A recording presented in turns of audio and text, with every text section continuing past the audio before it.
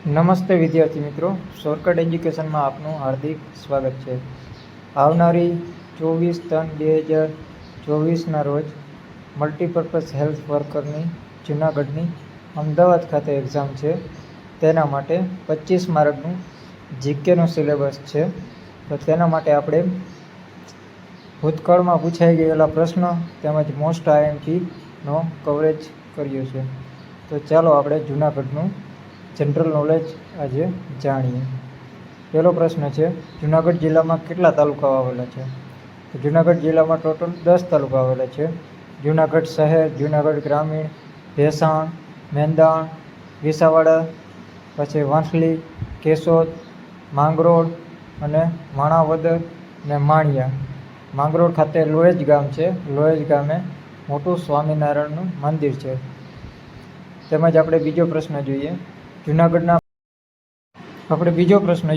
જૂનાગઢના પ્રાચીન નામો કયા કયા છે? ગિરિનગર, રેવંચ, જીર્ણદુર્ગ, ચંદ્રકેતુપુર, કરંજકુંજ. આ રીતના ત્રીજો પ્રશ્ન, જૂનાગઢનું ઉપનામ જણાવો. તો સાધુઓનું પિયર પણ કહેવાય છે, કારણ કે ત્યાં એક મેળો ભરાય છે તેના માટે. અને મોસ્ટ ઓફલી ઓલ ઓવર ગુજરાતમાં વધારે પૂરતા સાધુ જૂનાગઢ ગિરનારની તળેટીમાં જોવા મળે છે. ચોથો પ્રશ્ન જોઈએ, જૂનાગઢ જિલ્લાની ઉત્તરે કયા જિલ્લાની સરહદ આવેલી છે? તો ઉત્તરે જોઈએ તો આપણે રાજકોટ જિલ્લાની સરહદ આવેલી છે. અમરેલી જિલ્લાની સરહદ જૂનાગઢ જિલ્લાને કઈ દિશામાં સ્પર્શે છે? તો પૂર્વ દિશામાં અમરેલી જિલ્લો આવેલો છે. જૂનાગઢ જિલ્લાની દક્ષિણમાં કોની સરહદ ધરાવે છે? જૂનાગઢ જિલ્લાની દક્ષિણે આપણે ગીર સોમનાથ અને અરબ સાગર આવેલો છે. જૂનાગઢ જિલ્લાની પશ્ચિમમાં કયા જિલ્લાની સરહદ સ્પર્શે છે? ત્યાં પોરબંદર જિલ્લાની સરહદ સ્પર્શે છે.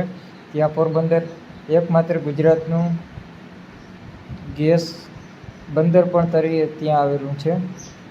જૂનાગઢ જિલ્લાનો ગીરની ટેકરીઓથી દક્ષિણે આવેલો ભાગ કયા પ્રદેશ તરીકે ઓળખાય છે? તો જૂનાગઢનો જે ગીરની ટેકરીઓ છે એ સોરઠ તરીકે ઓળખાય છે. જૂનાગઢનો સૌથી ઊંચો પર્વત ગિરનાર પર્વત કયા જિલ્લામાં સ્થિત છે? તો એ જૂનાગઢમાં છે. 1117 મીટર ઊંચો છે. 9999 તેના પગથિયાં છે. તે રોપવેનું નામ ઉડન ખટોલા તરીકે પણ ત્યાં ઓળખાય છે. તેમજ પાવાગઢ, પછી ગબ્બર ડુંગર અને આપણે દેવભૂમિ દ્વારકામાં હવે ઓખા ચાલુ થશે. ગિરનાર પર્વત કયા ખડકોનો બનેલો છે? બેસાલ્ટ એગ્રીકૃત ખડકોનો બનેલો છે. ગિરનાર પર્વત નજીક કયો કુંડ આવેલો છે? દામોદર કુંડ આવેલો છે. ગિરનારની તળેટીમાં સ્વર્ણસિક્તા નદી પર સુદર્શન તળાવ કોણે બંધાવ્યું હતું? ચંદ્રગુપ્તના સુબા પુષ્પગુપ્તાએ બંધાવ્યું હતું. ગિરનાર પાસે અશોકનો શિલાલેખની શોધ કોણે કરી હતી? કર્નલ ટોકે કરી હતી તેમની શોધ. ગિરનાર પર્વતને કેટલી ટૂંક આવેલી છે? ટોટલ 7 ટૂંક આવેલી છે. ગિરનાર પર્વતની કેટલી ટૂંક આવેલી છે? તો ટોટલ 7 આવેલી છે. આપણે હમણાં જ જોઈ ગયા. તેમજ દેવભૂમિ દ્વારકાનું મંદિર છે એ 60 સ્તંભ પર ઉભેલું છે. તેમજ તેમાં 7 માળ છે, જેમ આના જેમ 7 માળ છે. અને તેમની ધજા છે એ 52 ગજની ચડે છે. ચાલો મિત્રો આગળ નેક્સ્ટ વિડીયો જોઈએ. ગિરનારની પહેલી ટૂંક પર કયા જૈન ધર્મનો તિરાસર મંદિરો આવેલા છે? તો નેમિનાથનું મંદિર આવેલું છે. ગિરનારની બીજી ટૂંક પર આપણે અંબાજી માતાજીનું મંદિર આવેલું છે. 17મો પ્રશ્ન, ગિરનારની દાતાની ટૂંક પર કોની દરગાહ આવેલી છે? તો જમિયલ શાહની દરગાહ આવેલી છે. ઉપરકોટમાં કયા દેવીનો મહેલ આવેલો છે? તો રાણક દેવીનો મહેલ આવેલો છે. સૌથી વધુ પાણીના કૂવા ગુજરાતના કયા જિલ્લામાં આવેલા છે? તો પાણીના કૂવા કહીએ તો જૂનાગઢ આવે, ને પાતાળ કૂવા કહીએ તો મહેસાણા આવે. વાડીઓના જિલ્લા તરીકે ઓળખાતો જિલ્લો એટલે જૂનાગઢ. જૂનાગઢ શેના ઉત્પાદન માટે પ્રથમ સ્થાને છે તો મગફળી. તો સોરી મિત્રો, દેવભૂમિ દ્વારકા પ્રથમ સ્થાને છે. જુનાગઢ હવે નથી. જુનાગઢ કેસર કેરી માટે છે. મગફળીથી તેલ કાઢવાની મિલો ગુજરાતના કયા જિલ્લામાં સૌથી વધારે છે? તો એ જુનાગઢ રહેશે. જુનાગઢ જિલ્લામાં આવેલી છે. તેમજ ડુંગળીનું ઉત્પાદન ભાવનગર કરે છે. હાફૂસ કેરી વલસાડ કરે છે વધારે ઉત્પાદન. National research centre for groundnut કયા જિલ્લામાં આવેલું છે? તો જુનાગઢ જિલ્લામાં આવેલું છે. જુનાગઢમાં આવેલા પ્રખ્યાત બંદરો 2 છે. એમાં એક છે ચોરવાડ, બીજું છે માંગરોળ. ચોરવાડ કોણ? કે ધીરુભાઈની ફેમિલી ત્યાં હતી.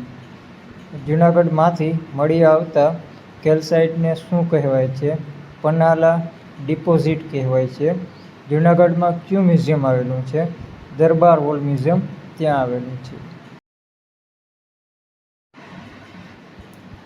જુનાગઢમાં કયું પ્રાણી સંગ્રહાલય આવેલું છે? તો સકરબાગ પ્રાણી સંગ્રહાલય જુનાગઢમાં આવેલું છે. જુનાગઢ જિલ્લામાં હવાઈ મથક કયા તાલુકામાં આવેલું છે? તો કેશોદ ખાતે આવેલું છે. દર વર્ષ ગિરનાર પાસે ભવનાથનો મેળો ક્યારે ભરાય છે? તો મહાશિવરાત્રિના દિવસે. જ્યારે રાત અને દિવસ સરખા હોય ત્યારે મહાશિવરાત્રિના દિવસે ભરાય છે. સતાપા ગીગાની સમાધિ ક્યાં આવેલી છે? તો તે સત્તાધાર આવેલી છે. જુનાગઢમાં ઝંડુનો મેળો ક્યાં ભરાય છે? મોસ્ટ આઈએમપી પ્રશ્ન છે. ચોરવાડ ખાતે તે ભરાય છે. જુનાગઢના નવાબ ઉનાળામાં ક્યાં રહેતા હતા? તો ચોરવાડમાં તેના મહેલમાં રહેતા હતા.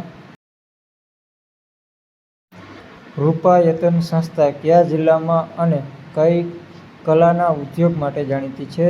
તો તે છે જુનાગઢ જિલ્લાના હસ્તકલાના ઉદ્યોગ માટે જાણીતી છે. જુનાગઢ જિલ્લામાં આવેલા પ્રખ્યાત કુંડ: દામોદર કુંડ, રેવતી કુંડ, કમંડલ કુંડ. ભારત સરસ્વતી મંદિર સંસદ કયા જિલ્લામાં આવેલું છે? તે જુનાગઢ જિલ્લામાં આવેલું છે. મહમદ બેગડાએ જુનાગઢને જીતી તેનું નામ શું રાખ્યું હતું? મુસ્તફાબાદ તેમણે રાખ્યું હતું બદલીને.